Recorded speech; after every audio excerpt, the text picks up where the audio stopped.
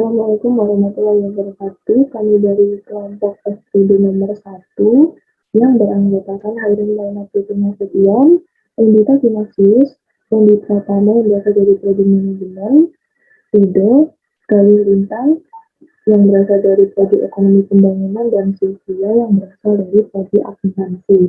Di sini kami akan menjelaskan tentang pengertian, sejarah, kedudukan, dan fungsi bahasa Indonesia. Untuk bab yang pertama ada pengertian, dan yang kedua ada sejarah, ketiga ada kedudukan, keempat fungsi. Untuk bab yang pertama akan dijelaskan oleh rekan saya yaitu Ren Pratama. Silahkan. Baik, terima kasih atas kesempatan yang telah diberikan. Jadi pada kesempatan kali ini saya akan menjelaskan terkait pengertian bahasa Indonesia. Bahasa Indonesia merupakan bahasa Melayu yang dijadikan sebagai bahasa nasional dan bahasa resmi di Indonesia. Bahasa Indonesia diresmikan penggunaannya setelah proklamasi kemerdekaan Indonesia. Dilihat dari linguistiknya, bahasa Indonesia merupakan salah satu dari berbagai ragam bahasa Melayu. Dasar yang dipakai ialah bahasa Melayu Riau atau Kepulauan Riau sekarang sejak abad ke-19. Dalam perkembangannya banyak sekali perubahan akibat penggunaan bahasa Indonesia jika nama bahasa Melayu tetap dipakai. Proses ini menyebabkan perbedaan bahasa Indonesia saat ini dibandingkan dengan berbagai bahasa Melayu yang dipakai di Riau ataupun Semenanjung Malaya.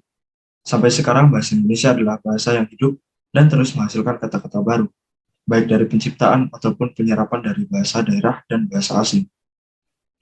Walaupun dipahami serta dituturkan oleh lebih dari 90% warga Indonesia, bahasa Indonesia bukanlah bahasa ibu untuk kebanyakan penuturnya.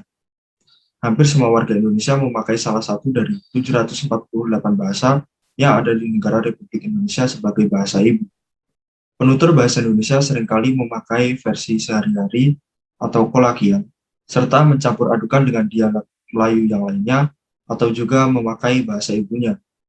Walau demikian, bahasa Indonesia dipakai sangat luas di perguruan-perguruan, media massa, surat menyurat resmi, perangkat lunak, serta berbagai macam forum publik lainnya. Sehingga bisa dikatakan bahasa Indonesia dipakai semua warga Indonesia. Sekian penjelasan terkait pengertian bahasa Indonesia dari saya. Terima kasih. Selanjutnya akan disampaikan oleh rekan saya. Baik, selanjutnya saya akan menjelaskan tentang sejarah bahasa Indonesia. Sejarah bahasa Indonesia sebelum kemerdekaan. Bahasa Indonesia berasal dari bahasa Melayu. Bahasa Indonesia juga tumbuh dan berkembang dari bahasa Melayu yang sejak dahulu sudah digunakan sebagai bahasa berhubungan lingua franca. Bukan hanya di Kepulauan Nusantara, melainkan juga hampir di seluruh Asia Tenggara. Lalu pada abad ke-7, penggunaan bahasa Melayu sendiri tidak terbatas pada kawasan Nusantara saja. Namun, bahasa Melayu juga menyeluruh pada kawasan Asia Tenggara. Bahasa Melayu yang digunakan sebagai bahasa perhubungan bangsa-bangsa yang berdagang di area Asia Tenggara adalah bahasa Melayu.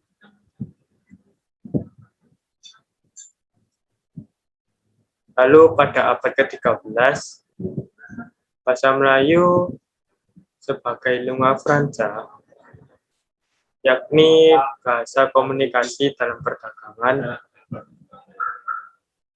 pengajaran agama, serta hubungan antar negara dalam bidang ekonomi dan politik. Lingua franca ini secara merata berkembang di kota-kota pelabuhan yang menjadi pusat lalu lintas perdagangan. Lalu pada abad ke-19, bahasa Melayu ini melahirkan berbagai varian tempatan dan benturan. Yang terjadi proses pemisinan di beberapa kota pelabuhan di kawasan timur Nusantara yang bertepatan di Manado, Ambon, dan Kupang. Orang-orang Tionghoa di Semarang dan Surabaya juga menggunakan varian bahasa Melayu Pidgin dan bahasa Melayu Tionghoa di Batavia. Lalu pada abad ke-20, bahasa Indonesia telah diikrarkan pada tanggal 28 Oktober 1928. Merupakan hari pengangkatan atau penobatan bahasa Indonesia sebagai bahasa persatuan atau bahasa nasional. Lalu bahasa Indonesia sesudah kemerdekaan dinyatakan kedudukannya sebagai bahasa negara pada tanggal 18 Agustus 1945 yang telah disahkan sebagai Undang-Undang Dasar 1945 Negara Republik Indonesia. Di dalam Undang-Undang Dasar 1945 disebutkan bahwa bahasa negara adalah bahasa Indonesia yang telah tercantum pada pasal 36.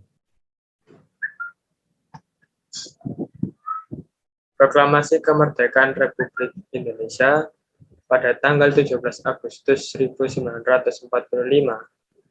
telah mengukuhkan kedudukan dan fungsi bahasa Indonesia secara konstitusional sebagai bahasa negara. Kini bahasa Indonesia dipakai oleh berbagai lapisan masyarakat Indonesia. Selanjutnya akan dijelaskan pada teman saya. Oke, sejarah bahasa Indonesia itu tentu tidak berhenti di situ saja, karena perkembangannya di Nusantara ini semakin pesat. Terlebih, sifat terbukanya membuat bahasa Indonesia ini mampu menyerap kata-kata dari bahasa lain, baik bahasa daerah maupun bahasa asing. Nah, bahasa Indonesia ini mengalami penyempurnaan dalam ejaannya sampai 7 kali. Yang pertama itu adalah ejaan Van Ophuijsen yang terjadi pada tahun 1901 sampai 1947. Pada awalnya, bahasa Melayu itu masih menggunakan aksara Arab Melayu yang akhirnya menggunakan aksara Latin secara tidak terpimpin ketika terjadi kontak budaya dengan dunia barat. Nah, melihat hal tersebut, pemerintah kolonial Belanda ini mulai menyadari bahwa bahasa Melayu ini bisa digunakan untuk pegawai pribumi yang mengalami kesulitan dalam bahasa Belanda, serta mulai terlibat dalam standarisasi bahasa Melayu yang mulai menjadi embrio bahasa Indonesia yang terpisah dari bahasa Melayu semula, yaitu Riau Johor. Nah, pemerintah Belanda ini mengirimkan Charles A. Van Ophuijsen yang dibantu oleh Engku Nawawi, gelar Sultan Makmur, dan juga Muhammad Taib Sultan Ibrahim. Kemudian penyempurnaan selanjutnya adalah ejaan Republik atau ejaan Suwandi yang terjadi di tahun 1947 sampai 1956. Pada Kongres Bahasa Indonesia yang pertama yang terjadi di Solo tahun 1938, ada keinginan untuk menyempurnakan ejaan Van Ophuijsen tersebut, yang kemudian baru terlaksana 9 tahun setelahnya, atau lebih tepatnya itu pada 15 April 1947. Berdasarkan keputusan Menteri Pengajaran, Pendidikan, dan Kebudayaan yang baru diresmikan pada 17 April 1947 dengan dikenal sebagai ejaan Suwandi. Nah, perubahannya ini adalah penggunaan diftong atau gabungan dua huruf vokal, yaitu OE yang diganti menjadi huruf U dan dihapuskannya tanda apostrof. Nah, tanda apostrof ini diganti menjadi huruf K atau tidak digunakan sama sekali, seperti Jumat diganti menjadi Jumat, rakyat diganti menjadi rakyat, dan maaf menjadi maaf. Kemudian penyempurnaan ejaan selanjutnya adalah ejaan pembaharuan yang terjadi pada tahun 1956 sampai 1961. Nah, pada tahun 1954 dilaksanakan Kongres Bahasa Indonesia yang kedua di Medan yang diprakarsai oleh Muhammad Yamin. Nah, dalam kongres ini membicarakan tentang perubahan sistem ejaan yang dimaksudkan untuk menyempurnakan ejaan Suwandi. Dan pada tahun 1956 pada 19 Juli, Menteri Pengajaran, Pendidikan, dan Kebudayaan ini mengeluarkan keputusan untuk pembentukan panitia perumusan ejaan baru. Pembaharuan yang disarankan panitia ini diketuai oleh Prijono dan E. Katopo yang antara lain ini membuat standar satu fonem, satu huruf, dan diftong AI, AU, dan OI dieja menjadi AI, AU, dan OI. Kemudian, tanda hubung juga tidak digunakan dalam kata berulang yang memiliki makna tunggal, seperti kupu-kupu dan juga alun-alun. Untuk bentuk perubahan ejaan selanjutnya akan dijelaskan oleh rekan saya. Untuk waktu dan layar dipersilahkan. Saya akan melanjutkan materi tentang sejarah ejaan. Berikutnya ada ejaan Melindo, dipakai pada tahun 1961 hingga 1967. Melindo ini akronim dari Melayu Indonesia.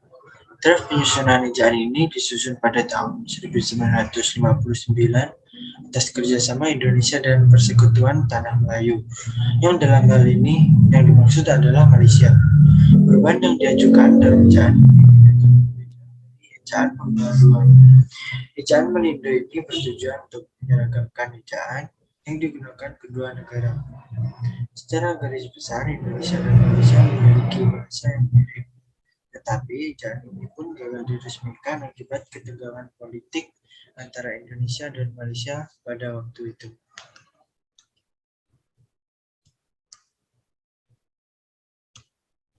Kemudian ada ejaan baru atau lembaga bahasa dan kesusastraan. Ejaan ini bisa dibilang adalah lanjutan dari ejaan Melindo yang tidak jadi diresmikan. Penelitiannya masih campuran antara Indonesia dan Malaysia dan dibentuk pada tahun 1967. Isinya juga tidak jauh berbeda dengan ejaan yang disempurnakan, yang akan saya jelaskan pada slide berikutnya. Hanya ada perbedaan di beberapa kaidahnya saja.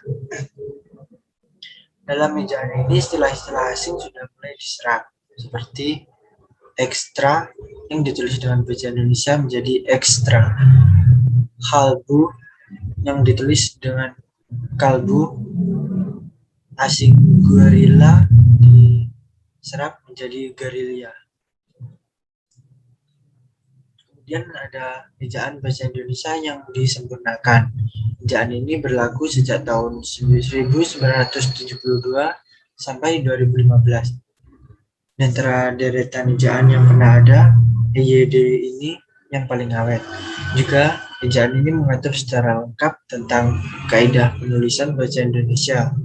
Antara lain ada unsur bahasa serapan, tanda baca, pemakaian kata, pelafalan huruf E, penggunaan huruf kapital, dan penggunaan huruf cetak miring. Huruf F, V, V, X, dan Z yang kental dengan unsur bahasa asing resmi menjadi bagian bahasa Indonesia pada ejaan bahasa Indonesia yang disempurnakan ini. Kemudian pada ejaan bahasa Indonesia yang disempurnakan ini juga menyempurnakan beberapa ejaan dari ejaan sebelumnya, seperti penulisan TJ yang pada ejaan ini diganti menjadi huruf C. Kemudian ada OE yang diganti dengan huruf U, ada juga DJ yang di ejaan bahasa Indonesia yang disempurnakan ini menjadi J. Ejaan bahasa Indonesia dipakai pada 2015 sampai sekarang ini. Berdasarkan Peraturan Menteri Pendidikan dan Kebudayaan Republik Indonesia Nomor 50 Tahun 2015 tentang Pedoman Umum Ejaan Bahasa Indonesia atau EBI. EBI pun resmi berlaku sebagai ejaan baru bahasa Indonesia. Latar belakang diresmikan ejaan baru ini adalah karena perkembangan pengetahuan, teknologi, dan seni, sehingga pemakaian bahasa Indonesia ini akan semakin luas dan diperlukan sebuah pembaruan. Ejaan ini menyempurnakan EYD, terutama dalam hal penambahan diftong penggunaan huruf kapital dan cetak tebal. Contohnya untuk huruf diftong yang berlaku antara lain ai, au, ei, dan oi. Lafal huruf e menjadi 3 jenis. Contohnya seperti pada lafal peta, kena, dan militer. Penulisan cetak tebal untuk menegaskan bagian tulisan yang sudah ditulis miring dan bagian-bagian karangan seperti judul, bab, dan subbab. Huruf kapital pada nama julukan seseorang. Contohnya pada contoh Pak Haji Bahrudin. P pada Pak ditulis huruf kapital, Haji pada pada kata Haji juga ditulis dengan huruf kapital dan nama Bahrudin B-nya juga ditulis dengan huruf kapital.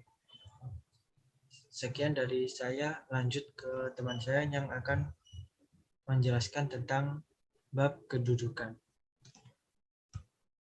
Baik, di sini saya akan membahas tentang kedudukan bahasa Indonesia. Yang pertama adalah bahasa Indonesia sebagai bahasa nasional. Dalam kedudukannya sebagai bahasa nasional, bahasa Indonesia memiliki fungsi sebagai berikut. Yang pertama adalah lambang kebanggaan nasional. Tidak semua bangsa memiliki bahasa nasional yang dipakai secara luas dan dijunjung tinggi. Oleh karena itu, bahasa Indonesia sendiri menjadi suatu kebanggaan bagi kita semua. Yang kedua adalah sebagai lambang identitas nasional. Indonesia sendiri terdiri dari banyak budaya, bahasa, dan suku yang berbeda-beda. Untuk membangun kepercayaan diri suatu bangsa, maka dibutuhkan sebuah identitas nasional. Indonesia sendiri mewujudkan identitas nasional tersebut dengan bahasa Indonesia. Yang ketiga adalah sebagai alat pemersatu berbagai masyarakat yang berbeda-beda latar belakang sosial, budaya, dan bahasanya. Sebuah bangsa yang terdiri atas berbagai macam suku akan mudah mengalami masalah. Dengan adanya bahasa Indonesia ini, maka masalah-masalah tersebut dapat dihindari. Lalu yang keempat ada alat perhubungan antar budaya dan antar daerah. Salah satu masalah yang dihadapi adalah masalah komunikasi. Dengan adanya bahasa Indonesia ini, maka masalah komunikasi tersebut dapat terhindar. Selanjutnya adalah bahasa Indonesia sebagai bahasa negara. Dalam kedudukannya sebagai bahasa negara, bahasa Indonesia memiliki fungsi sebagai berikut. Yang pertama adalah sebagai bahasa resmi kenegaraan. Lalu yang kedua adalah sebagai bahasa pengantar resmi di lembaga-lembaga pendidikan, baik dimulai dari TK, SD, SMP, SMA, hingga perguruan tinggi menggunakan bahasa Indonesia. Lalu yang ketiga adalah sebagai bahasa resmi dalam perhubungan pada tingkat nasional untuk kepentingan perencanaan, pelaksanaan pembangunan, serta pemerintahan. Lalu yang terakhir, bahasa Indonesia sebagai bahasa resmi dalam pengembangan kebudayaan dan pemanfaatan iptek. Materi selanjutnya akan disampaikan oleh rekan saya. Baik, di sini saya akan menjelaskan tentang fungsi dari bahasa Indonesia. Yang pertama, bahasa Indonesia sebagai alat interaksi di kehidupan sehari-hari. Bahasa Indonesia digunakan sebagai alat komunikasi, baik dalam bahasa formal maupun non-formal. Bahasa formal biasanya digunakan antar masyarakat yang tidak saling mengenal atau dari orang yang muda kepada orang yang lebih tua, seperti itu. Untuk bahasa non-formal biasanya digunakan antara bersama dengan teman atau bersama dengan adik, orang tua terhadap yang lebih muda, seperti itu. Lalu yang kedua, bahasa Indonesia sebagai media untuk menyampaikan perasaan dan berekspresi. Bahasa Indonesia digunakan untuk menyampaikan perasaan melalui lagu, sajak, puisi, dan karya-karya sejenis lainnya yang sering dikeluarkan oleh para musisi atau para seniman lainnya. Lalu yang ketiga, bahasa Indonesia sebagai alat kontrol sosial. Kontrol sosial dengan memakai bahasa bisa diterapkan pada individu ataupun masyarakat. Bahasa dapat dikatakan alat kontrol sosial yang sangat efektif karena sehari-hari kita menggunakan bahasa sebagai alat komunikasi antar sesama, baik berupa lisan maupun tulisan. Seperti contoh kita melihat para polisi yang menegur pelanggar lalu lintas. Polisi tersebut menegur menggunakan bahasa sebagai kontrol sosial di mana fungsinya adalah agar pelanggar tersebut tidak mengulangi hal yang sama di kemudian hari. Begitu juga dengan adanya sosialisasi pemilu damai, di mana sosialisasi tersebut sebagai kontrol bahasa yang memiliki fungsi untuk menghimbau masyarakat agar tetap damai pada saat pemilu berlangsung. Kontrol sosial ini dapat diterapkan pada diri kita sendiri atau kepada masyarakat. Berbagai penerangan, informasi, maupun pendidikan disampaikan melalui bahasa. Buku-buku pelajaran, buku-buku instruksi, ceramah agama atau dakwah, orasi, ilmiah, atau politik adalah contoh penggunaan bahasa sebagai alat kontrol sosial. Selain itu, kita juga sering mengikuti diskusi atau acara bincang-bincang seperti talk show di televisi dan radio. Iklan layanan masyarakat atau layanan sosial merupakan salah satu wujud penerapan bahasa sebagai alat kontrol sosial. Seperti halnya pemberian edukasi mengenai himbauan pemerintah di tengah wabah pandemi COVID-19, seperti jaga jarak, menggunakan masker ketika keluar rumah, tidak berkumpul, tidak mudik, tidak lalu sering mencuci tangan di bawah air mengalir, dan ketika tidak ada air, kita dapat menggunakan hand sanitizer. Pemberian edukasi itu harus menggunakan bahasa yang baik agar dapat diterima bagi pembaca maupun pendengarnya, baik secara langsung maupun tidak langsung. Hal ini merupakan metode komunikasi yang harus dipahami pemberi materi agar bisa selaras dengan tujuan yang ingin dicapai.